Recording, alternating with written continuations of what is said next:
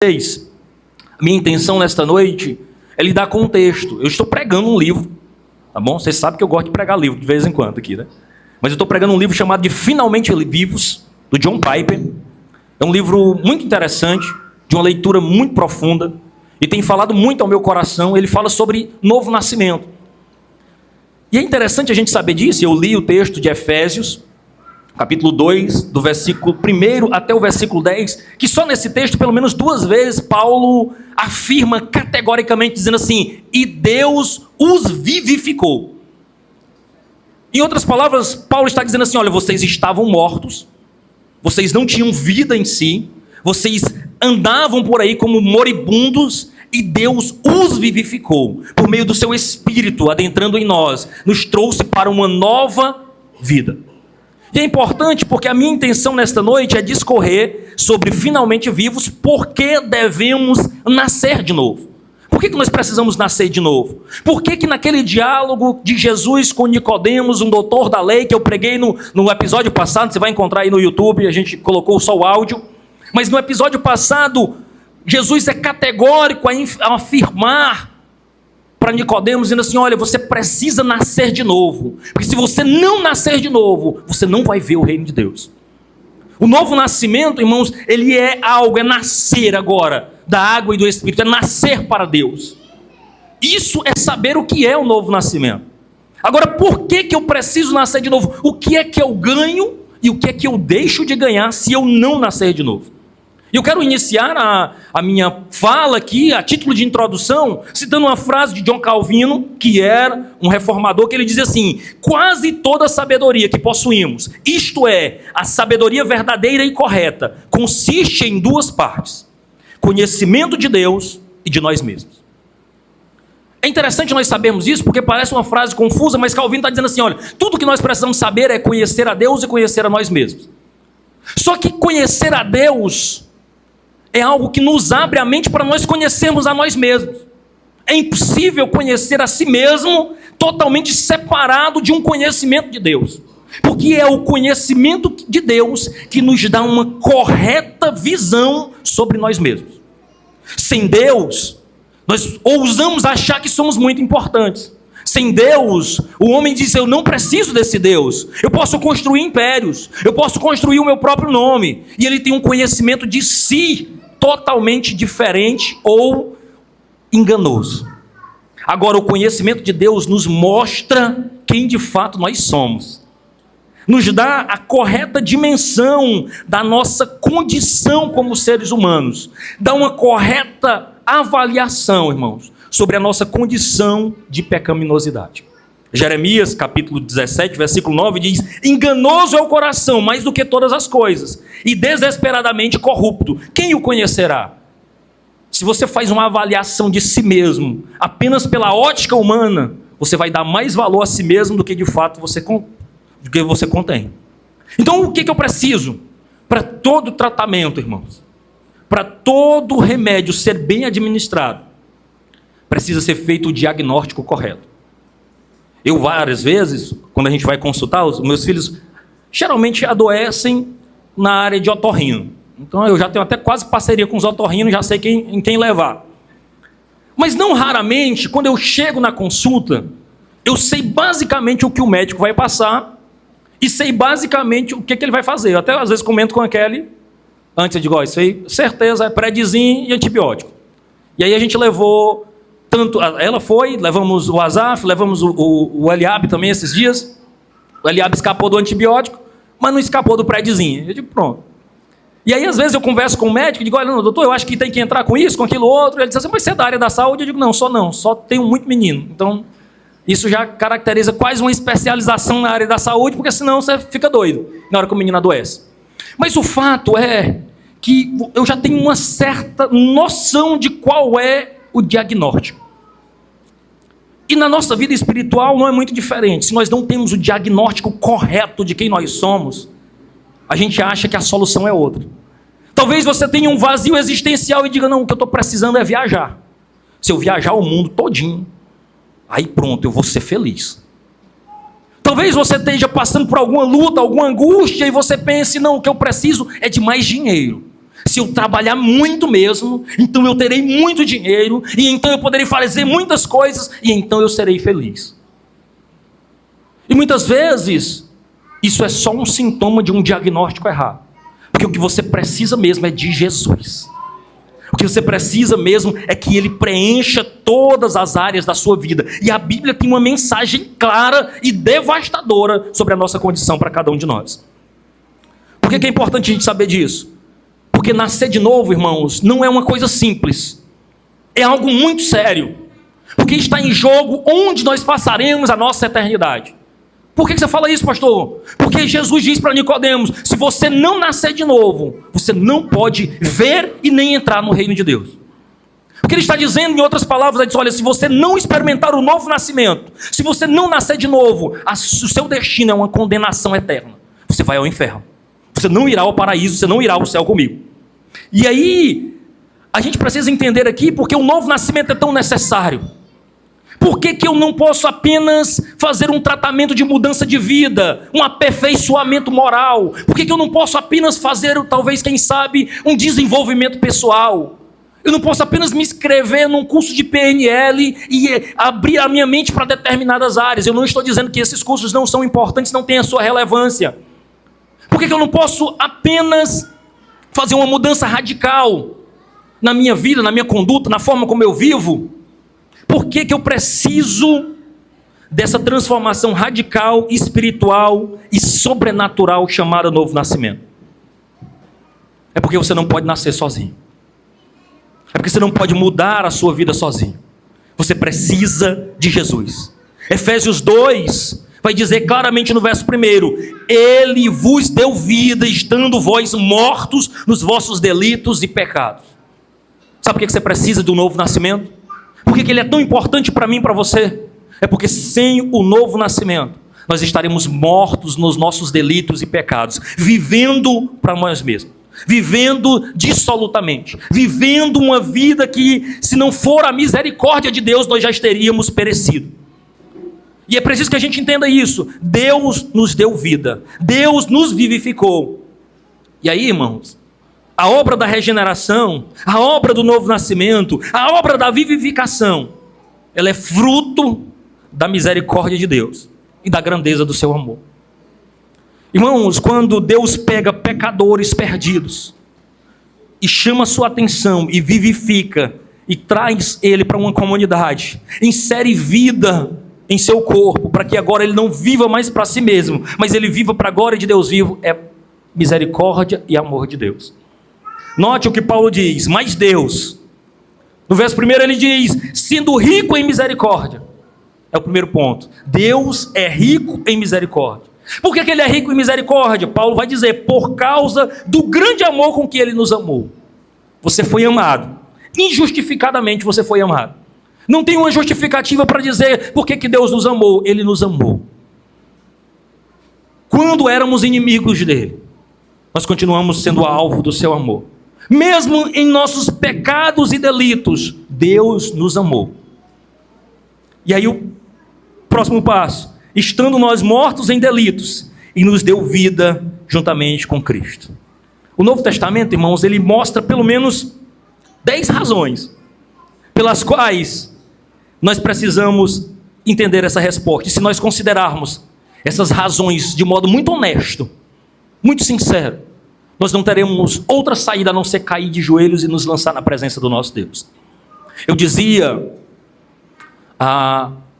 tanto na Escola Bíblica Dominical, mas especificamente no nosso podcast transmitido hoje, que infelizmente os dias passaram, o tempo avançou, o número de igrejas se multiplicou, o número de gente pregando o evangelho aí, ou pelo menos dizendo que está pregando o evangelho, tomou grandes proporções.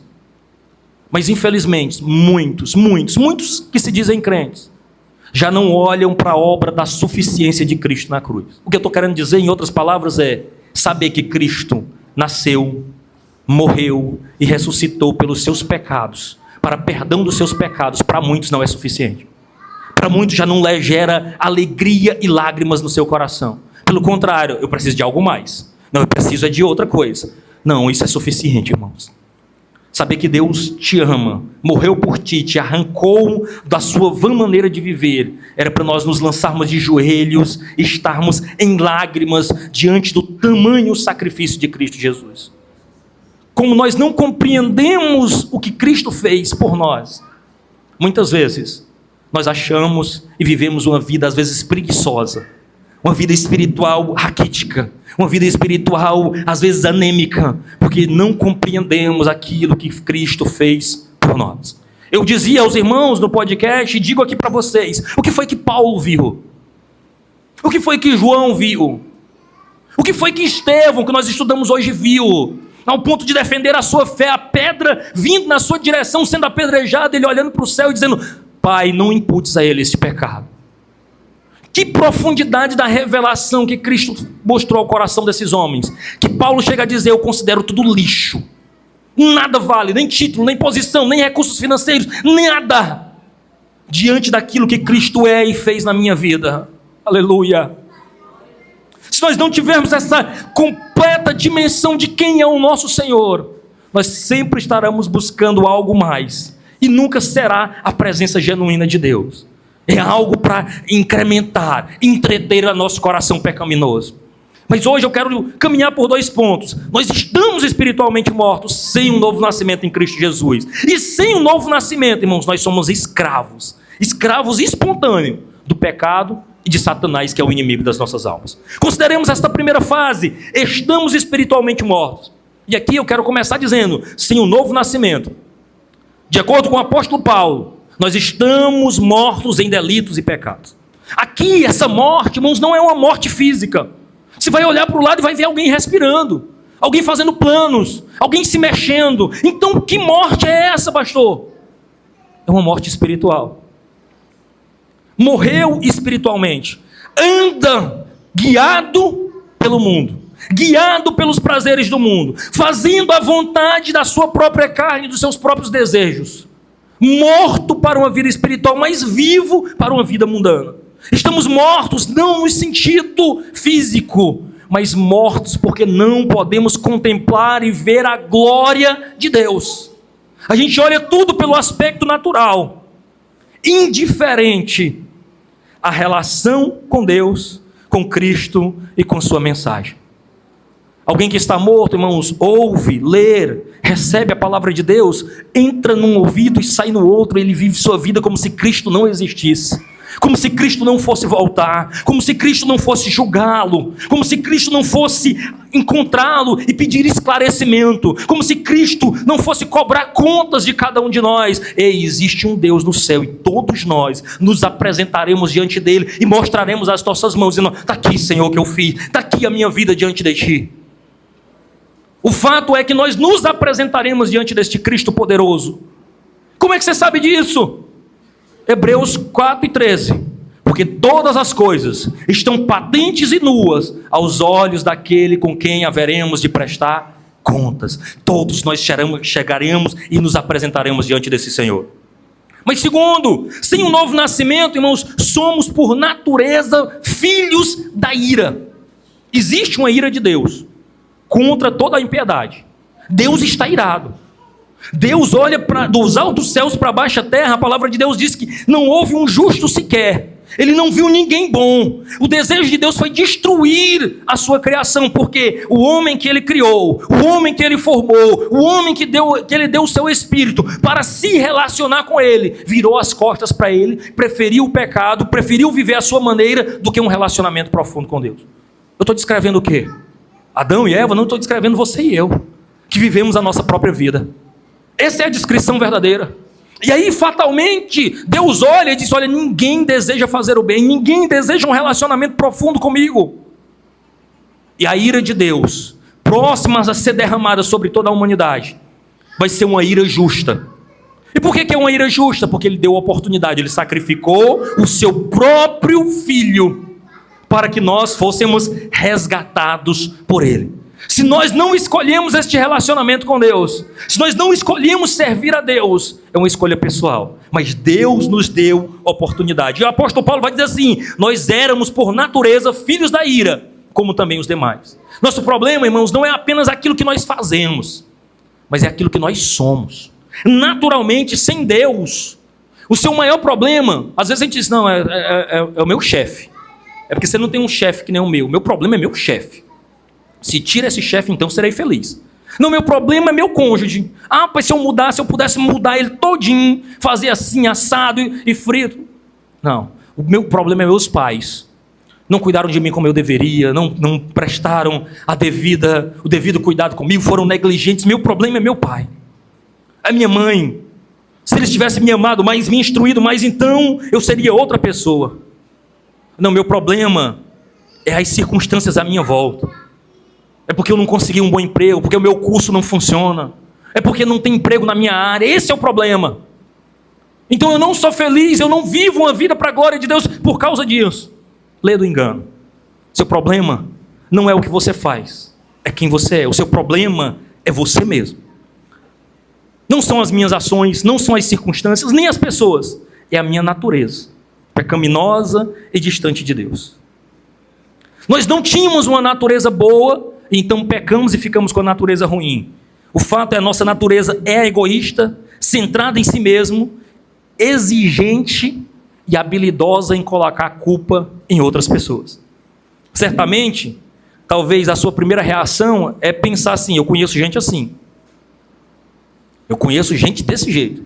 Talvez eu descrevi aqui, e você até pensou num colega de trabalho, ou num alguém que estuda com você, dizendo assim, essa pessoa aí, fulano, é desse jeito. Culpa todo mundo, menos a ele mesmo. Talvez passou de relance na sua mente aí. Eu quero dizer para você que se você pensou isso, você pode estar totalmente cego sobre a sua condição. Talvez não é para o outro.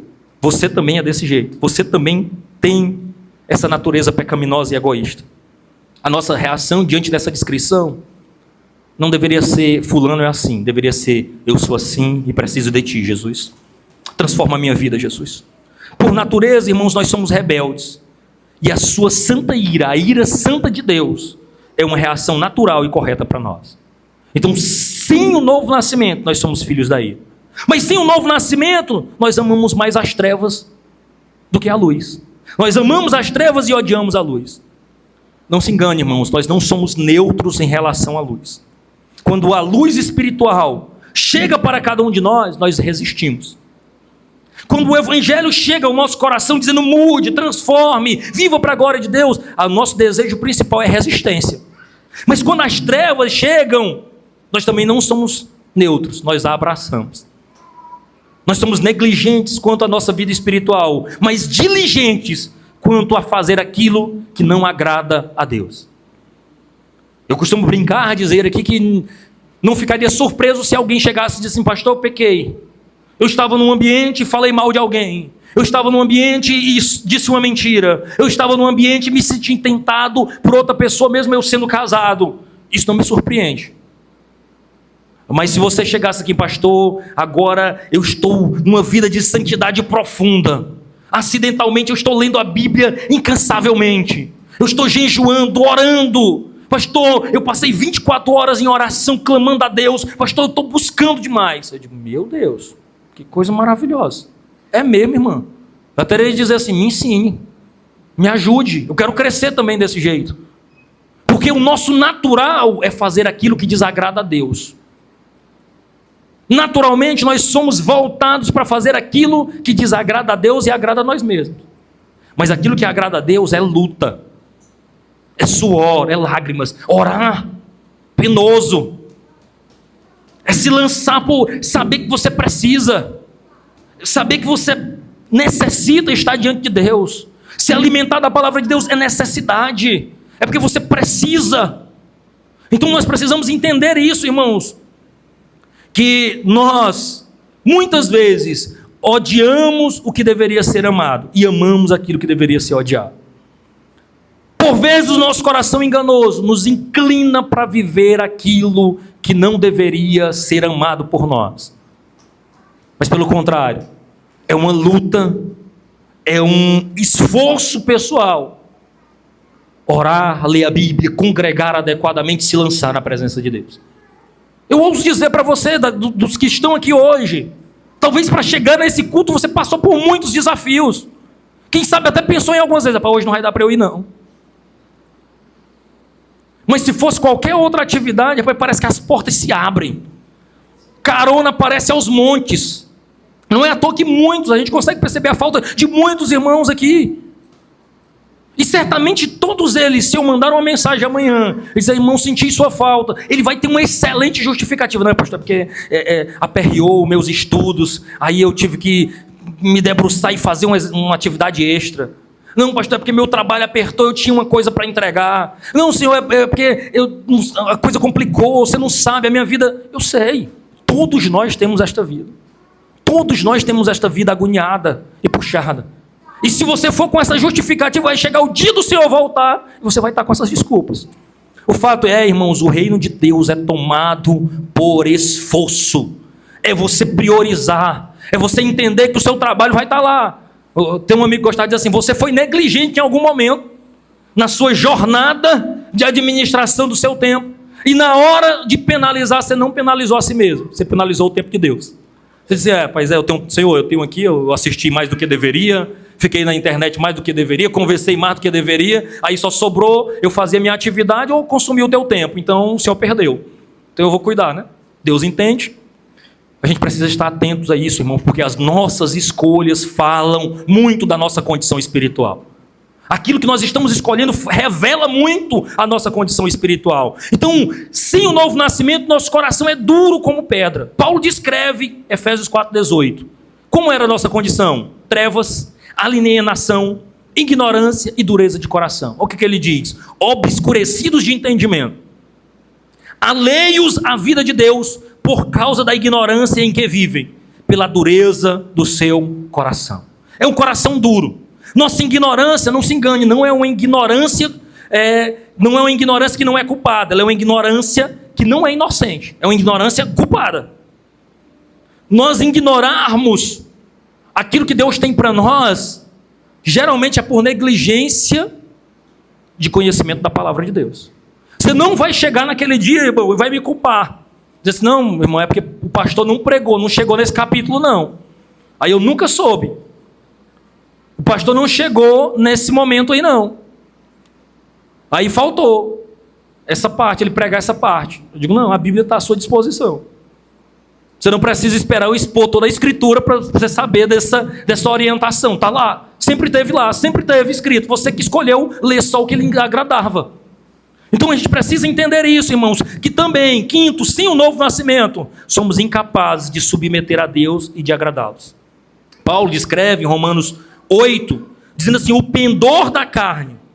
O que ele está dizendo? O pendor, usando uma palavra que não faz tanta parte do nosso vocabulário, mas a cogitação, a escolha da carne é inimizade contra Deus, pois não está sujeito à lei de Deus, nem mesmo pode estar. O que estão na carne não podem agradar a Deus.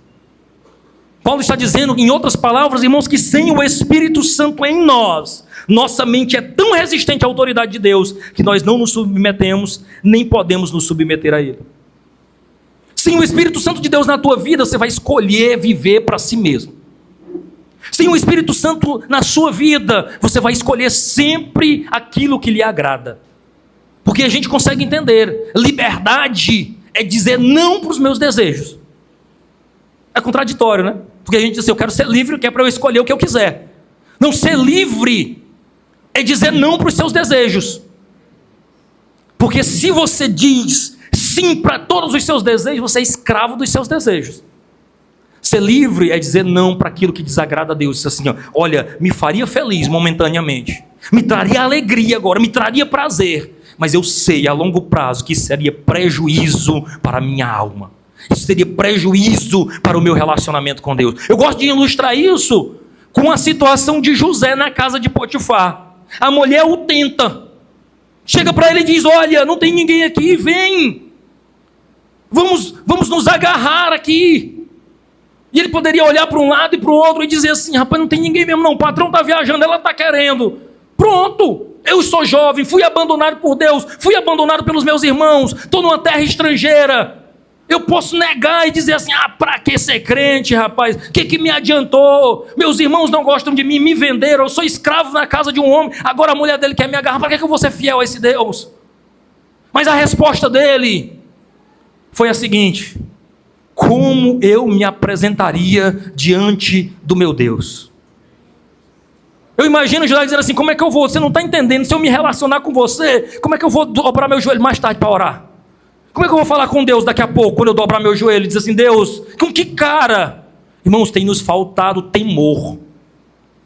Temor, para não dizer assim, vergonha na cara. Deixa eu usar uma expressão mais coloquial, mais própria nossa. Tem nos faltado esta vergonha. Às vezes a gente passa uma peroba na cara lisa e se apresenta diante de Deus com a cara mais limpa, assim: Senhor, de novo aqui, eu estou aqui pedindo perdão pelo mesmo pecado que eu perdi ontem, Senhor. Já estou aqui. Você precisa ser vivificado, meu irmão, para abandonar essas velhas práticas e viver para a glória do Deus vivo. Porque sem um novo nascimento, irmãos, nós somos incapazes de aceitar o Evangelho. Olha o que Paulo diz em 1 Coríntios 2,14. O homem natural, ou seja, a pessoa não regenerada, não aceita as coisas do Espírito de Deus, porque elas lhes são loucura. E não pode entendê-las, porque elas se discernem espiritualmente. Isso aqui é tão importante, porque esse texto explica porque muita gente dos nossos colegas, os nossos ambientes, aqueles que não conhecem a Deus, que não foram regenerados, acham que aquilo que a gente faz é loucura. Que maluquice é essa que todo domingo tu está à noite numa igreja? Que domingo de manhã tu não pode sair, não pode ir para um clube, tu está na escola bíblica dominical. Que maluquice é essa, rapaz? Que maluquice é essa que tu vive de igreja? Alguém que não é regenerado não tem essa compreensão. O problema é que elas olham para tudo isso e encaram como loucura. E por que isso são loucura? Porque elas não conseguem compreender e não têm discernimento espiritual. Esse não pode é moral, não é físico. Não é porque eles não têm intelecto para entender. É porque moralmente eles estão mortos e não faz sentido se submeter a um Deus. Não faz sentido viver para a glória de um Deus. Paulo estava dizendo que o coração dessas pessoas é tão resistente que não pode recebê-las. A mente justifica a rebelião do seu coração como loucura, dizendo assim: não é que eu que estou errado, é esse povo que é doido. Não é eu que estou errado, que estou vivendo para mim mesmo, é esse povo que não tem noção. Ele justifica em seu coração. E aí, irmãos, uma pessoa não regenerada não pode, não é porque ela não quer, é porque ela prefere o pecado. Ela é escrava, vive numa escravidão verdadeira e terrível, mas não é inocente. Porque o exemplo, aquilo que as pessoas estão vivendo, é também um revelar da glória de Deus, serve como testemunha contra aqueles que vivem dissolutamente distante de Deus. Por último, para esse tópico, sem o novo nascimento, nós somos incapazes de buscar a Cristo ou de aceitá-lo como Senhor e Salvador. O apóstolo Paulo, em 1 Coríntios 12:3, diz assim: ninguém pode dizer Senhor Jesus, senão pelo Espírito Santo de Deus. O que Paulo está dizendo é que um ator, ou mesmo um hipócrita, não possa dizer assim que Senhor Jesus, sem o Espírito Santo. Não é isso que ele está dizendo. Ele está dizendo que alguém que não teme a Jesus não pode dizer Senhor Jesus, proferir as palavras verbalmente. O que ele está dizendo é que alguém que não é nascido de Deus não pode afirmar isso com sinceridade sem ter nascido do Espírito. Ele vai chamar Senhor Jesus, mas não vai se submeter ao senhorio de Cristo. Vai dizer assim, Senhor Jesus, mas só da boca para fora. O seu coração não reconhece o Senhor como seu Deus. É moralmente impossível para um coração morto, obscurecido, mau e resistente celebrar o domínio de Cristo. Porque dizer Senhor Jesus é dizer assim, tu é o meu dono. Por isso nós dizemos, aceite Jesus como Senhor da sua vida e Salvador da sua alma.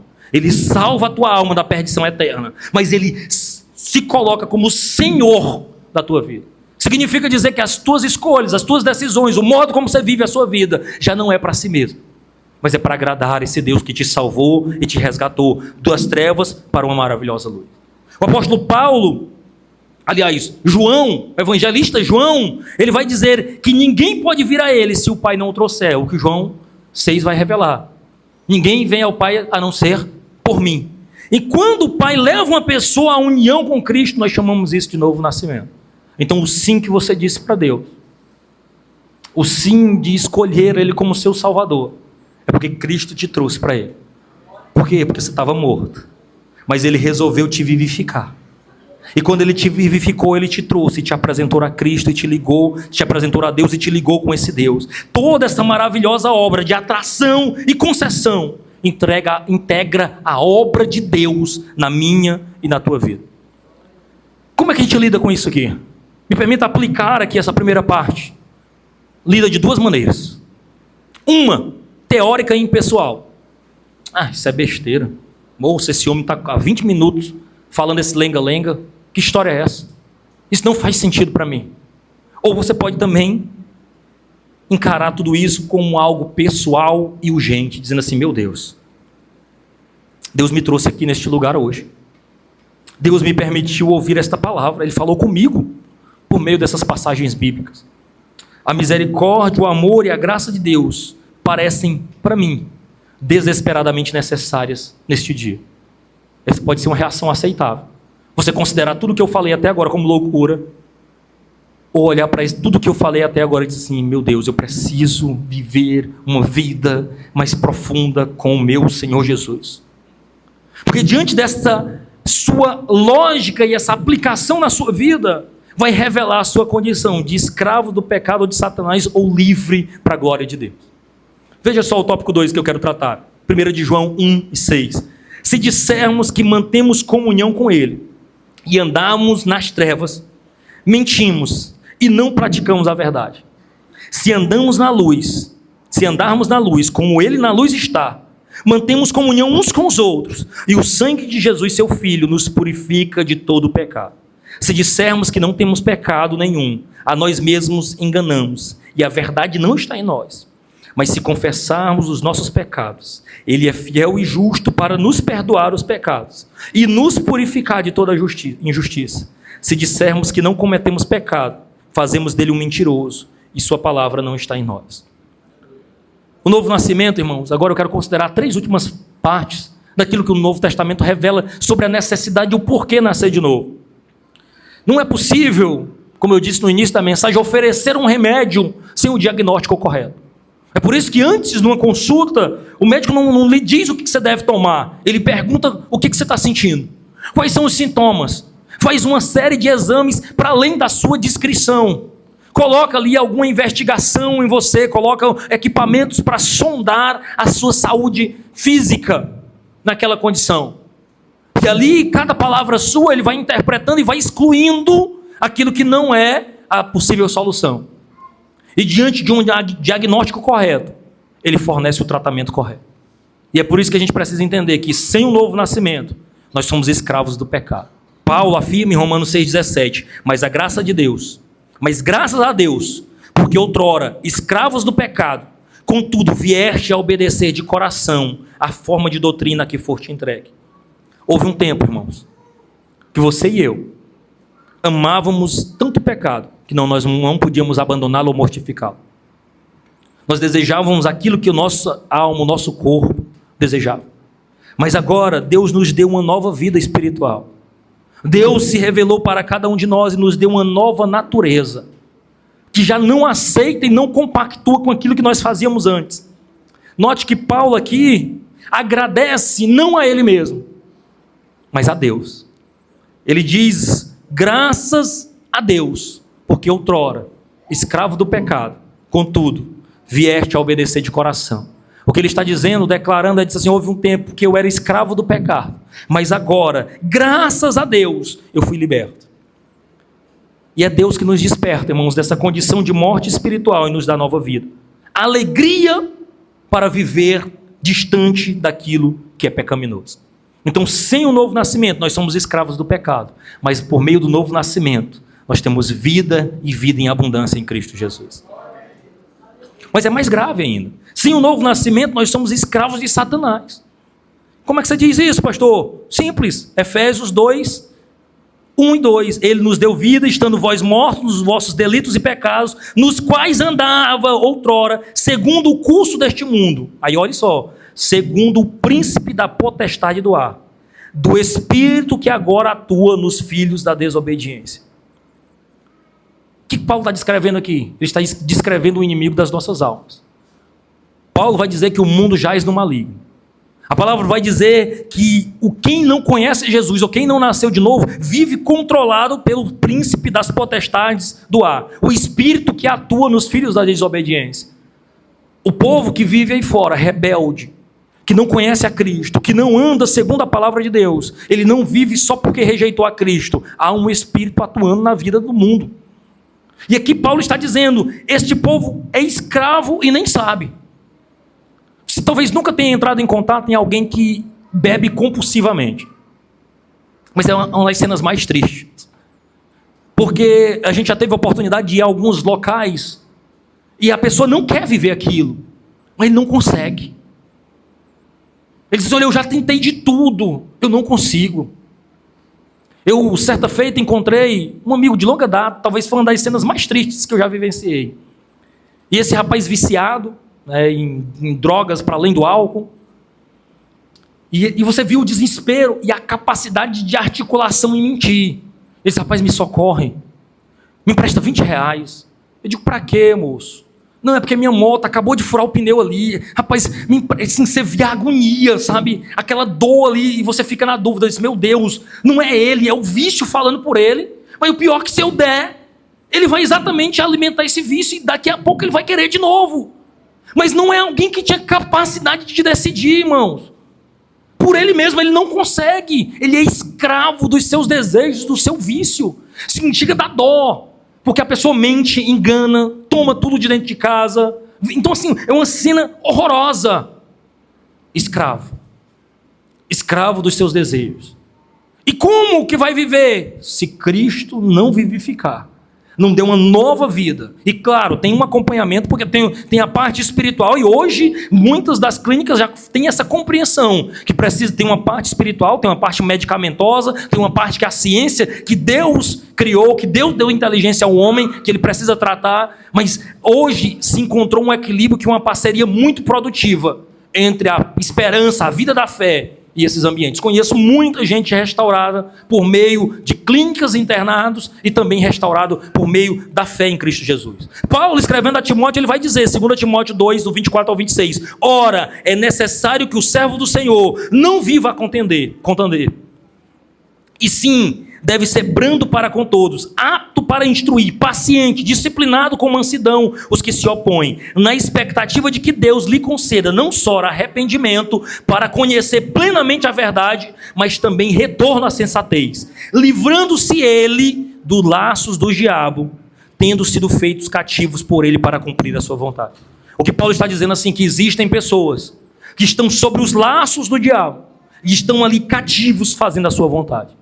E o novo nascimento faz o quê? Liberta a pessoa da servidão do inimigo das nossas almas. Desperta para uma vida distante da malignidade do mundo, das mentiras e do perigo do pecado. E agora ele passa a viver para a glória e para a beleza do valor de Cristo Jesus. Sem o novo nascimento, por último, não habita bem nenhum em nós. Essa afirmação é incompreensível para as pessoas não regeneradas. Porque a pessoa não regenerada, que não passou pelo novo nascimento, mas eu sou bom, eu faço boas coisas, eu presto, eu dou esmolas, eu faço. Veja a condição do jovem rico diante do Senhor Jesus. Conhece os mandamentos? Conheço. Você faz? Faço. Todos nós vamos fazer uma análise melhor do que de fato nós somos sobre as nossas vidas. Dizendo, olha, eu presto solidariedade, eu dou uma cesta aqui ou acolá, eu abençoo alguém, eu sou uma pessoa boa, eu sou uma pessoa tranquila. Mas a descrição da Escritura é que para que você seja alguém vivo para a glória do Deus vivo, não é só suas boas ações, é um novo nascimento em Cristo Jesus. É nascer de novo. Porque Paulo até descreve em Romanos 7,18, sei que em mim, isto é, na minha carne, não habita bem nenhum. Note que Paulo não está dizendo que não existe algo bom nele. Existe, porque o Espírito Santo que habita na vida dele é bom. A fé é boa. A nova natureza espiritual é boa. Por isso que ele descreve, na minha carne. A carne em que nós habitamos não há bem nenhum. E se você deixar a sua carne dominar o seu espírito, certamente suas escolhas serão escolhas pecaminosas. Há uma luta, e Paulo descreve isso em Gálatas 5, entre o espírito e a carne. Entre as obras da carne e o fruto do espírito. E como é que a gente se aplica isso a nós, para encerrarmos? Sem o novo nascimento, irmãos, Nossa condição é desesperadora. Nós não podemos melhorar com apenas melhoria moral, com cursos de aperfeiçoamento moral. Antes de acontecer qualquer outra coisa, pessoas mortas precisam receber vida, precisam nascer de novo. E é isso que a gente precisa entender, que a resposta de Jesus para Nicodemos foi simples, mas foi devastadora. Em verdade te digo, que se alguém não nascer de novo, não pode ver o reino de Deus. Sem o novo nascimento, irmãos, nós não podemos ver, nem experimentar, nem nos deleitar com a presença do nosso Deus. Agora Ele nos dá essa oportunidade. A alegria da nossa nova vida, irmãos, é Cristo Jesus, é o próprio Deus. E tudo isso, irmãos, se nós não nos lançarmos diante dele, nós vamos perder a oportunidade de ter uma fé salvífica despertada, de sermos unidos a Cristo, de sermos justos por meio da fé, de vivermos removidos da condição de pecado. Sem o novo nascimento, nós vamos perder a oportunidade de gerar frutos de amor e de estarmos num caminho que conduz aos céus de glória. Por que nós precisamos nascer de novo? É porque sem o novo nascimento, nós não podemos experimentar os benefícios de uma fé frutífera ao lado do nosso Senhor e Salvador Jesus Cristo. Ele tem algo poderoso para nós. Essa alegria da nossa nova vida é o próprio Deus. E também, irmãos, se nós não estivermos nisso, se nós não nos deliciarmos nisso e vivermos para nós mesmos, nós não conseguiremos e não veremos o reino de Deus. Nós temos essa rica oportunidade nesta noite de lidarmos com tudo isso e entendermos aquilo que Deus tem para nós, por meio de um novo nascimento em Cristo Jesus. Quem sabe você olhou toda essa mensagem, tudo isso que significa não nascer de novo, e olhou para a sua condição espiritual e ficou até desesperado. Mas é isso mesmo, esse desespero precisa estar em nós. Porque se nós não estivermos, irmãos, conscientes daquilo que Deus é e faz por meio de nós estaremos vivendo o sono da negligência, distantes da presença real de Deus. Me permita nesse instante orar.